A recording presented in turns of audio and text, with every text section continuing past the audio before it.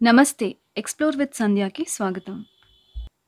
ఈ వీడియోలో క్లాస్ 10థ్ హిందీ సిబిఎస్ఈ స్పర్శ్ నుంచి మనుష్యత. మాథ్లీశరణ్ గుప్త్ గారు మనుష్యతాని రచించారు. ఈయన 1886లో ఝాన్సీ దగ్గర చిర్గావ్ అనే ఊర్లోని జన్మించారు. జీవితకాలంలో రాష్ట్రీయ కవి కింద ప్రసిద్ధి చెందారు. అతని విద్యా అభ్యాసం ఇంటిలోనే సాగింది. సంస్కృత్, బెంగాలీ, మరాఠీ ఇంకా ఇంగ్లీష్ భాషలపై ఆయనకు సమానమైన పట్టు ఉన్నది. ఈయన రామభక్తుడైన కారణంగా రాముని కీర్తిని గానం చేయటం అతని చిరకాల కోరిక. మాథ్లీశరణ్ గుప్త్ గారి ప్రధాన రచనలు సాకేత్, యశోధర ఇంకా చైత్రవ్రత్. ఈయన తండ్రి గారైన రామ్ చరణ్ దాస్ గారు కూడా కవి మరియు అతని తమ్ముడైన సియారాం చరణ్ గుప్త్ గారు కూడా ప్రసిద్ధ కవి అయ్యారు. మనుష్యత అంటే హ్యుమానిటీ. ఈ కవితలో మొత్తం 8 ప్యాసేజెస్ ఉన్నాయి. ఫస్ట్ 4 ప్యాసేజెస్ గురించి ఈ వీడియోలో తెలుసుకుందాం. భూమిపైన పుట్టిన ప్రతి ప్రాణి మనిషి కాలేరు. ఎవరైతే పర్సనల్ పాయింట్ ఆఫ్ వ్యూలో కాకుండా, అంటే ప్రపంచం నాకేమిస్తుందని కాకుండా నేను ప్రపంచానికి ఏం చేస్తున్నానో అని ఆలోచిస్తారో, ఎవరి లోపలైతే మానవత్వ విలువలు ఉంటాయో వారిని మాత్రమే మనిషి అని అంటారు. ఎంతోమంది పుడుతుంటారు, చనిపోతుంటారు. కానీ ఎవరైతే స్వార్థంగా వారి గురించి మాత్రమే బ్రతుకుతూ ఉంటారో వారు బ్రతికినప్పటికీ చనిపోయిన వారి కింద లెక్కకొస్తారు. పాము పుట్టలో చెదపురుగులు బోల్డన్ని పుడుతూ ఉంటాయి. ఆ చెదపురుగులకి ఎవరు ఇంపార్టెన్స్ ఇవ్వరు, ఎందుకంటే వాటి వల్ల ఎవరికి ఎలాంటి మంచి జరగదు.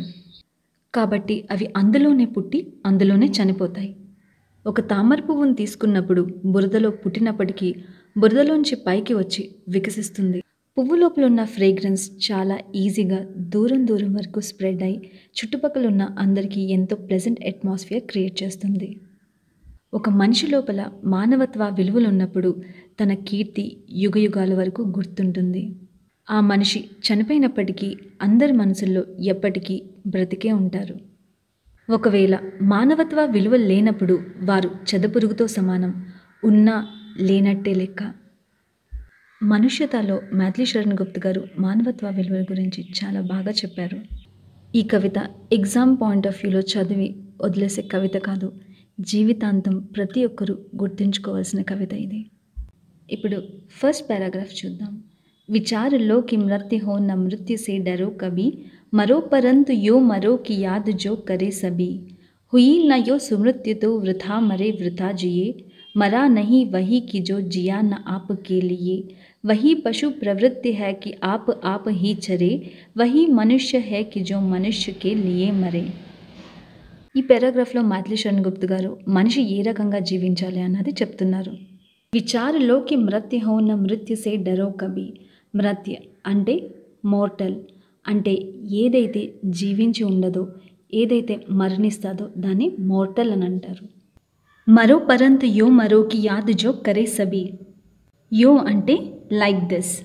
కవి ఏం చెప్తున్నారంటే, మీరు గుర్తు పెట్టుకోండి, మీరు శాశ్వతం కాదు. పుట్టిన ప్రతి ప్రాణి గిట్టక తప్పదు, అంటే పుట్టిన ప్రతి మనిషి ఖచ్చితంగా చనిపోతారు. మనం ఊపిరి తీసుకున్నప్పుడు పుడతాం, ఊపిరి వదిలేసిన రోజు చనిపోతాం. ప్రతిరోజు ఊపిరి తీసుకుంటాం, వదిలేస్తాం. కానీ ఎప్పుడైతే ఈ సైకిల్ బ్రేక్ అవుతుందో, అంటే వదిలేసిన ఊపిరిని మళ్ళీ తిరిగి తీసుకోలేకపోతామో అప్పుడు మనం చనిపోతాం. ఇలా భూమిపైన పుట్టిన ప్రతి ప్రాణికి జరుగుతుంది. క్రియేషన్ ఉన్నది అంటే డిస్ట్రక్షన్ తప్పకుండా జరుగుతుంది. కాబట్టి చావుని చూసి భయపడద్దంటున్నారు. ఎలా చనిపోవాలో చెప్తున్నారు. చనిపోయినప్పటికీ అందరి మనసులో ఎప్పటికీ బ్రతికుండేలా చనిపోమంటున్నారు. హుయి నయో సుమృత్యుతో వృథా మరే వృథా జియే, మరా నహీ వహీ కి జో జియా న ఆప్కే లియే. సుమృత్యు అంటే గ్లోరియస్ డెత్, వృథా అంటే వేస్ట్, ఆప్కే అంటే దెమ్సెల్వ్స్. మంచి పని చేయటానికి 100 సంవత్సరాలు బ్రతికి ఉండవసరం లేదు, ఒక్కరోజు చాలు. ఆ ఒక్కరోజులో అందరూ గర్వించేలాంటి ఒక గొప్ప పని చేయమంటున్నారు. ఒకవేళ ఆ మంచి పని చేసే ప్రాసెస్లో ఆ మనిషి తన ప్రాణాలని కోల్పోతే దీన్నే గ్లోరియస్ డెత్ అని చెప్తున్నారు. అలాంటి మనిషి ఎప్పటికీ మరణించరు. ఎన్ని యుగాలు మారినా అందరి మనసులో ఎప్పటికీ జీవించే ఉంటారు. ఆయన కీర్తి ఎప్పటికీ అమరంగా ఉంటుంది. ఇలా మంచి కీర్తితో చనిపోలేనప్పుడు చావు కూడా వేస్ట్ అంటున్నారు. ఒకవేళ బ్రతికుండి మంచి పనులు చేయకపోతే అలాంటి బ్రతుకు కూడా వేస్ట్ అని చెప్తున్నారు. వహీ పశు ప్రవృత్తి హై కి ఆప్ హీ చరే, వహీ మనుష్య హై కి జో మనుష్య కే లియే మరే. పశు ప్రవృత్తి అంటే యానిమల్ నేచర్, చరే అంటే గ్రేజింగ్. తన సొంత లాభానికి సంపాదించడం తినటం ఇది ఒక పశు ప్రవృత్తి. రైతునికి ఎగ్జాంపుల్గా తీసుకుంటే కేవలం తన గురించి మాత్రమే కాదు, అందరి గురించి వ్యవసాయం చేసి పంటలు పండిస్తాడు. అదే ఒక పశువు అయితే తన గురించి మాత్రమే మేస్తుంది. అసలైన మనిషి అని ఎవరిని అంటారంటే ఎవరిలో అయితే సంపూర్ణమైన మానవత్వం ఉంటుందో, అంటే తన గురించి కాకుండా ఈ ప్రపంచం గురించి బ్రతుకుతారో ఇంకా చనిపోతారో వారినే మనిషి అని అంటారు. ఉసి ఉధార की कथा सरस्वती बखानती, उसी उधार से दरा कृतार्थ भाव मानती, उसी उधार की सदा सजीव कीर्ति कूंजती, तथा उसी उधार को समस्त शिष्ट पूजती, अखंड आत्म भाव जो असीम विश्व में भरे, वही मनुष्य है कि जो मनुष्य के लिए मरे. ఇందులో కవి ఏం చెప్తున్నారంటే ఏ మనిషి అయితే వేరే వారి గురించి జీవిస్తూ ఉంటారో ఆయనని యుగయుగాల వరకు కీర్తిస్తూ ఉంటారని. उसी उदार की कथा सरस्वती बखानती, उसी उधार से धरा कृतार्थ भाव मानती. उदार అంటే ఓపెన్ హార్టెడ్, బఖానతి అంటే డిస్క్రైబ్స్, ధర అంటే ఎర్త్, కృతార్థ్ అంటే గుడ్ ఫార్చ్యూన్. ఇక్కడ సరస్వతి అంటే బుక్స్ అని అర్థం. ఎవరైతే ఈ ప్రపంచాన్ని తన కుటుంబం కింద అనుకుంటారో అలాంటి వ్యక్తి కీర్తిని ఎప్పుడూ కీర్తిస్తూ ఉంటుంది. స్వామి వివేకానంద ప్రపంచాన్ని తన కుటుంబం అనుకున్నారు కాబట్టి ఆయన గురించి ఎన్నో బుక్స్ రాశారు. ఇలాంటి మంచి మనుషులు పుట్టినప్పుడు భూదేవి కూడా చాలా అదృష్టంగా భావిస్తుంది. ఉసి ఉధార్ की सदा सजीव कीर्ति कुंजती, तथा उसी उधार को समस्त सृष्टि पूजती. सजीव alive, కీర్తి ఫేమ్, कुंजती resonating, समस्त whole, సృష్టి వరల్డ్, పూజతి రెస్పెక్ట్. ఏ వ్యక్తి అయితే ఉదార స్వభావంతో ఉంటారో అంటే ఓపెన్ హార్టెడ్గా ఉంటారో అలాంటి వ్యక్తి కీర్తి ఎప్పుడూ ప్రతిధ్వనిస్తూ ఉంటుంది. అలాంటి వ్యక్తికి మాత్రమే ఈ ప్రపంచమంతా రెస్పెక్ట్ ఇస్తుంది. అఖండ్ ఆత్మభావ జో అసీమ విశ్వ మే భరే, వహీ మనుష్య హై కి జో మనుష్య కే లియే మరే. అఖండ్ ఆత్మభావ్ అంటే ఫీలింగ్ ఆఫ్ యూనిటీ, అసీమ్ అంటే వాస్ట్. ఉదార స్వభావం ఉన్న వ్యక్తి ఎప్పుడు ఈ ప్రపంచాన్ని అంతటినీ తన కుటుంబం కింద అనుకుంటాడు. స్వామి వివేకానంద స్పీచ్ ఇచ్చారు వరల్డ్స్ పార్లమెంట్ ఆఫ్ రిలీజన్ చికాగోలో. అప్పుడు ఆ స్పీచ్ చాలా ఫేమస్ అయింది. ఎందుకంటే స్పీచ్ స్టార్ట్ చేయటమే ఆయన sisters and brothers of America అని చెప్పారు. స్వామి వివేకానంద భారతదేశంలో వారే కాకుండా అక్కడి వారిని కూడా తన సొంత అక్కా చెల్లెల కింద, అన్నా తమ్ముళ్ళ కింద సంబోధించారు. ఇలాంటి ఆలోచన ఉన్నవారే ఈ భూమికి చాలా అవసరం. వహీ మనుష్య హై కి జో మనుష్య కే లియే మరే. ఇది ప్రతిసారి రిపీట్ అవుతుంది కాబట్టి నేను ప్రతిసారి ఎక్స్ప్లెయిన్ చేయట్లేదు. నెక్స్ట్, क्षुधार्थ रंत देव ने दिया करास्त थालबी, तदा ददीच ने दिया परार्थ अस्ति झालबी.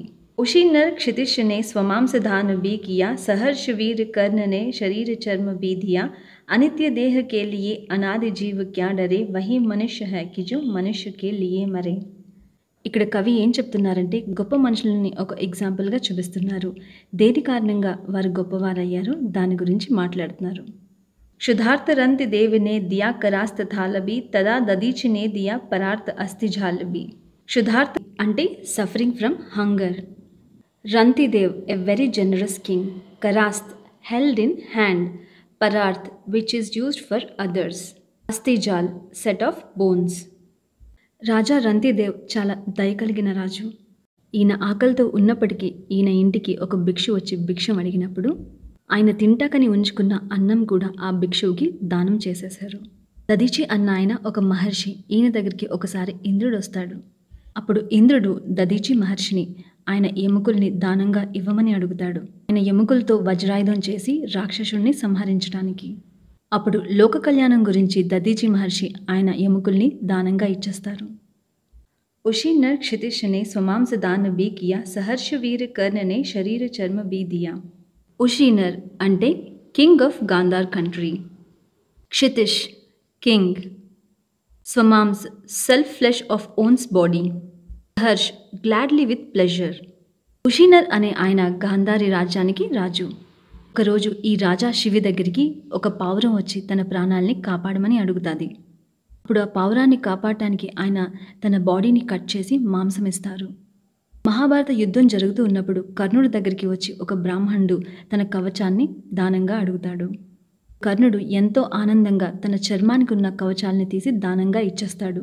అనిత్య దేహ కే లియే అనాది జీవ క్యా డరే వహీ మనుష్య హై కి జో మనుష్య కే లియే మరే. అనిత్య అంటే which does not live for ever. దేహ బాడీ. అనాది జీవ్ అండ్ ఇమ్మోర్టల్ క్రీచర్. ఆత్మకి చావు ఉండదు, కానీ బాడీకి ఉంటుంది. ఆత్మ అనేది పర్మనెంట్, బాడీ అనేది టెంపరరీ. ఈ బాడీ టెంపరరీ అని తెలిసి కూడా ఎందుకు అంత భయపడతారో అని కవి అంటున్నారు. ఈ పాయింట్ని కొంచెం ఎలాబరేట్ చేసి ఎక్స్ప్లెయిన్ చేయాలనుకుంటున్నాను. దీనికి ఎగ్జాంపుల్గా బుడగ ఇంకా గాలిని తీసుకుందాం. ఒక బుడగ లోపల గాలిని ఫిల్ చేసినప్పుడు అది ఒక ఫిజికల్ ఫామ్ తీసుకుంటుంది. అప్పుడు మనం ఆ బుడగతో ఆడుకుంటూ ఉంటాం, కానీ ఏదో ఒక క్షణం అది పేలిపోతుంది. అలా పేలినప్పుడు బుడగ పాడవుతుంది, కానీ గాలి అక్కడే ఉంటుంది. గాలి బుడగలోకి వెళ్ళకముందు ఉంది, తర్వాత బుడగలోకి వెళ్ళిన తర్వాత ఉంది, బుడగ పేలిపోయిన తర్వాత కూడా గాలి అక్కడే ఉంది. ఆ గాలిని మనం కంటితో చూడలేకపోతున్నాం కాబట్టి బుడగ పేలిపోయిందని బాధపడుతున్నాం. ఆత్మ ఇంకా శరీరం కూడా అంతే. మనిషి పుట్టకముందు కూడా ఆత్మ ఉంటుంది, పుట్టిన తర్వాత ఉంటుంది, చనిపోయిన తర్వాత కూడా అక్కడే ఉంటుంది. కాబట్టి శాశ్వతం కాని ఈ శరీరం గురించి బాధపడద్దు అని కవి అంటున్నారు. నెక్స్ట్, సహానుభూతి చాహియే మహావిభూతి హై యహీ వశీకృత సదైవ హై బనీ హుయి స్వయం మహీ విరుద్ధవాद बुद्ध का दया प्रवाह में बहा विनीत लोग वर्ग क्या न सामने झुका रहा आहा वही उधार है परोपकार जो करे वही మనుష్య है कि जो మనుష్య के लिए మరే. ఇందులో కవి ఏం చెప్తున్నారంటే దయ ఇంకా కరుణ అన్నింటికంట పెద్ద సంపద. మహాత్మా బుద్ధుడిని ఎగ్జాంపుల్గా తీసుకుని ఈ విషయాన్ని మనకి ఎక్స్ప్లెయిన్ చేస్తున్నారు. సహానుభూతి చాహియే మహావిభూతి హై యహీ వశీకృత సదైవ హై బనీ హుయి స్వయం మహీ. సహానుభూతి అంటే feeling the suffering of others. మహావిభూతి హ్యూజ్ క్యాపిటల్. మహి అంటే గాడ్. కవి ఏం చెప్తున్నారంటే మనిషికి తన మనసులో సానుభూతి అన్న భావన ఉండాలి. వారి బాధను చూసి మనకి జాలి కలగాలి. ఏ మనిషి దగ్గరైతే సానుభూతి అన్న భావన ఉంటుందో అది అన్నింటికంట పెద్ద సంపదని చెప్తున్నారు. ఇలాంటి ఒక మంచి క్వాలిటీ ఉండటం వల్ల దేవుడు కూడా ఆ మనిషికి వశమైపోతాడంట.